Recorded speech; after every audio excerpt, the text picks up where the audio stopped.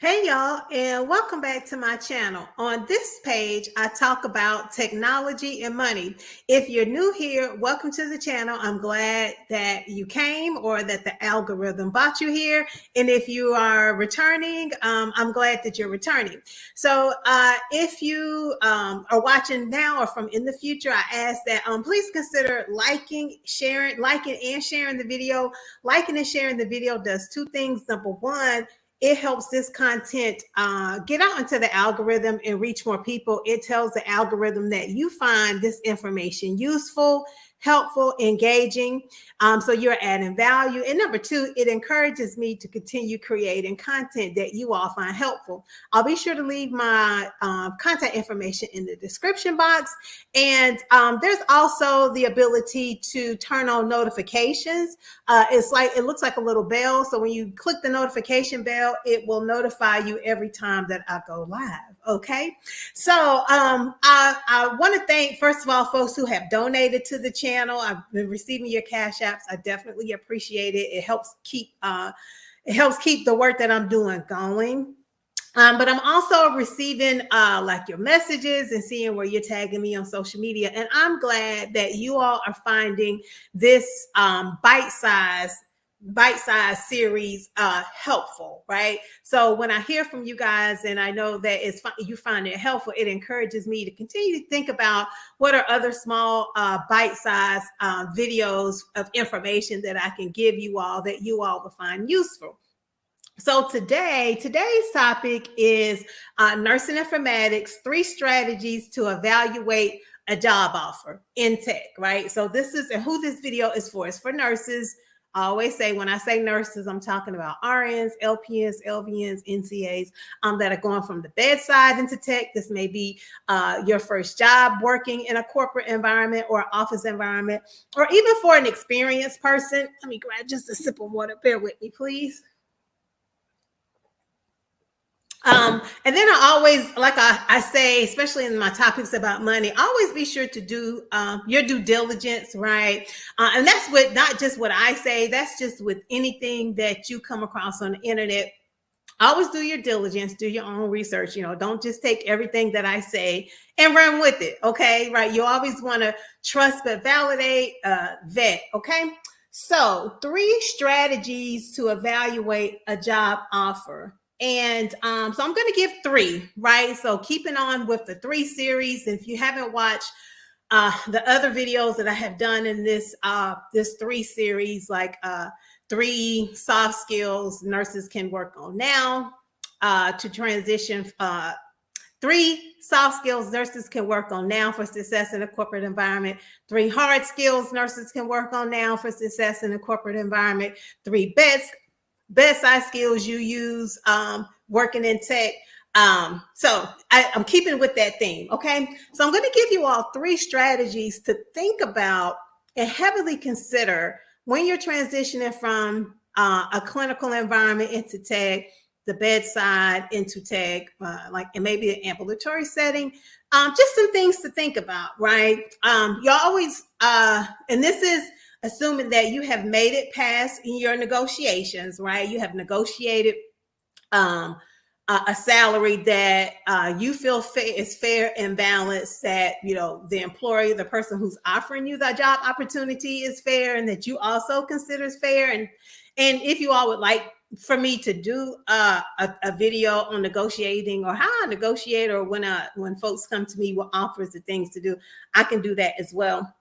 So this is assuming you've made it past that step. Okay, you did the interviews, you've been offered the position, you negotiated a salary that is fair and reasonable. So here are 3 things to think about, 3 strategies, okay, to evaluate that job offer. The first strategy is heavily consider what you may be leaving on the table at your old job. Okay, when I say, what do I mean by that, right? Because these job offers aren't just money. It's not, money is good. We all want the bag. We want to get the most we can for our value and for our work. But what are those things that you may be leaving on the table?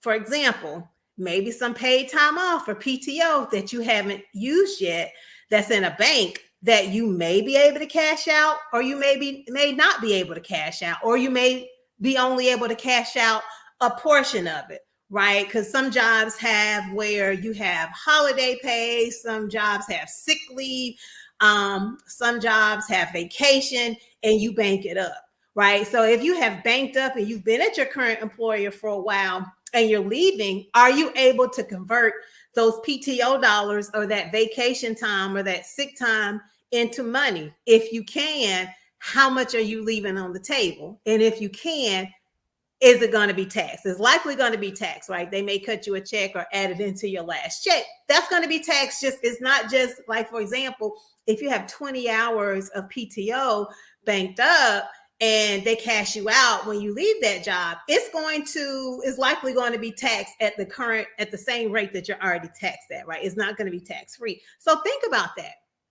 I have a girlfriend, true story. I have a girlfriend. We were talking 3 weeks ago. She lives further down south in Texas. She's now president of a company. But when she left her old job, she had about $25,000 worth of PTO banked at her old job because she had been there for so long. So that's where I got this idea for the first strategy. And we were talking about, yes, her new job is paying her very well compensated, but also thinking about the money that she left on the table. So you want to think about that as well. Also, are there any non-cash benefits that you may be leaving on the table? For example, does your current job have better health insurance? Does it have better vision insurance, dental insurance? Okay, because those benefits for your health, vision, dental, they go a long way as well. What about the benefits for your family, if you have family, or your spouse and or your partner? What about other non-cash benefits, such as the retirement? Is your potential new employer's retirement package better or equal to your current employers? Okay, so for this strategy, I recommend you do a comparison list, right? So put your current employer and your future employer on a cheap piece of paper, and like for health insurance, write out what the health insurance, or just do like a line item and go line item, line by line, and just do a comparison. So that's the first strategy. Heavily consider what you may be leaving on the table at your old job. Number two is a good one. Okay. So for strategies to evaluate a job offer, number two, do a pay scale or pay salary comparison to determine if the offer that you're getting is fair based on your experience, your level of experience, your location, etc. And I'm going to share a resource here. Let me share my screen here. All right, so this is easy to do. This is easy to do, and it costs you like not much. So what you can do, you can just go to Google and type in salary comparison, and you'll see different tools that come up. Now, just know some of these websites to do a salary comparison or a salary compensation requires, they want to capture your email address, and, they want to get some demographics. So, you have to give up a bit of yourself to get the information, but not all of them do. So one example is salary. Go to salary.com and say, okay, well, what am I worth? Okay, so let's just do, since we're talking about nursing informatics, let's just type in nursing informatics, and let's pick a city. Let's say Atlanta. And let me make sure y'all are seeing that okay. Just bear with me. Since I got my multiple screen situation going on. Okay, yeah, you guys are seeing that well. Okay, cool. All right. So once you put in your job title, it can be clinical application analyst, nurse informatician, risk manager, CIO, any job title, right? And then put in your location and get your salary estimate. So what you'll see then is, we're just going to pick one of these job titles to look at the salary comparison. Okay. So let's say view salary. So I'm clicking on the clinical informatics coordinator. So this is another type of role that a registered nurse would be in, that's in tech, right? That's working in informatics. So you want to click on your view salary. Hopefully, you guys, let me just double check to make sure my screen is still sharing. Okay, it is. All right. So then you can see the the min or the minimum. Oop, of course, the ads are going to want to add. Let's scroll down here.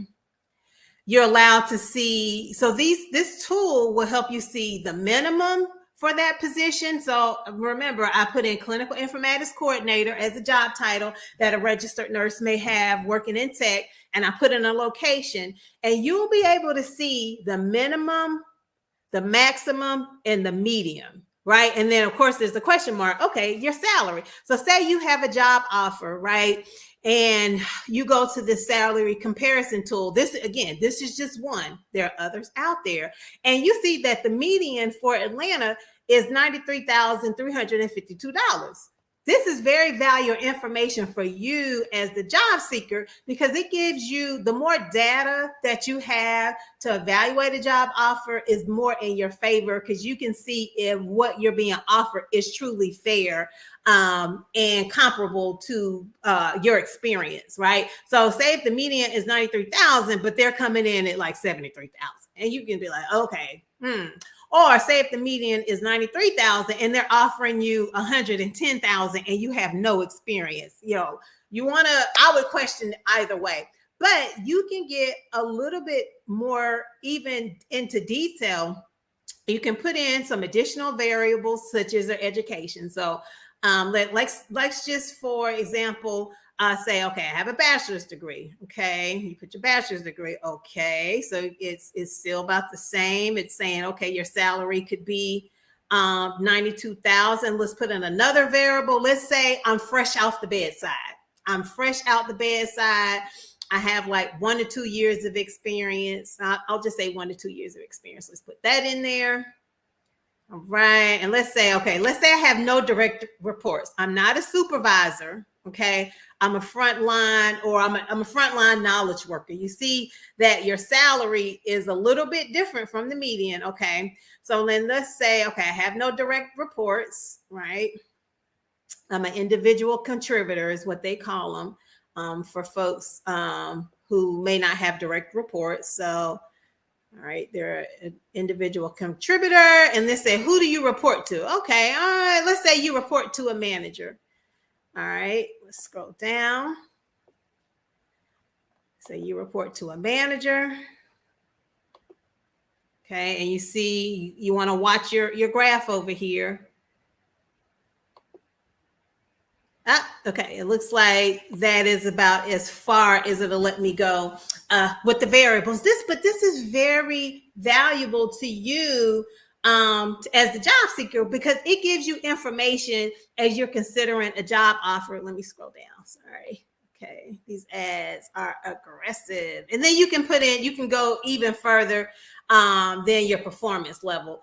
All right, so your performance is like based on some employers have like quarterly, mid-year, or annual performance reviews, right? So say if you are excellent, exceeding expectations, meets expectations, below expectations, etc. You can put in that variable as well. So that's the second strategy. Use these comparison tools, these compensation tools, to help you determine if the offer you're getting is fair based on your experience, location, etc. Okay, so that's the second strategy. Okay, so the third strategy the third strategy to evaluate a job offer, and this is kind of tied into number one, but maybe not the same. Think beyond the money, right? Because we all want the bag. Money is important, but money is not always everything, right? So think beyond the money that they're offering you, right?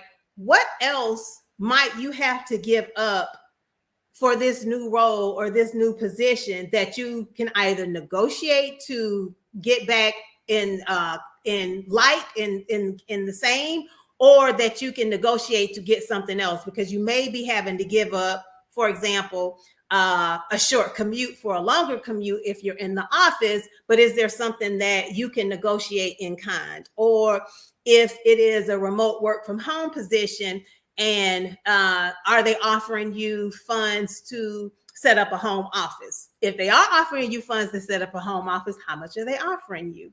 can you negotiate more, right? So think beyond the money, right? So think about, would you have to like change locations? Not even just commuting further. Will you have to move to a new city or a new state?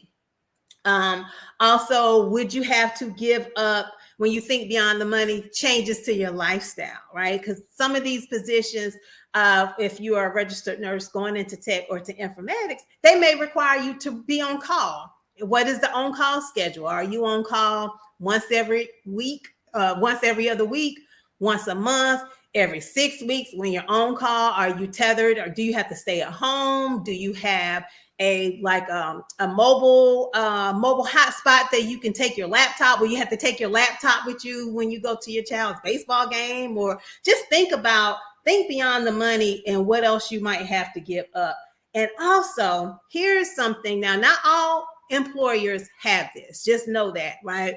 But some hospitals and health systems and some companies, if you are transferring from a position to another and you're an internal candidate, go to your company's HR website on the internal side and see if, or search for if they have a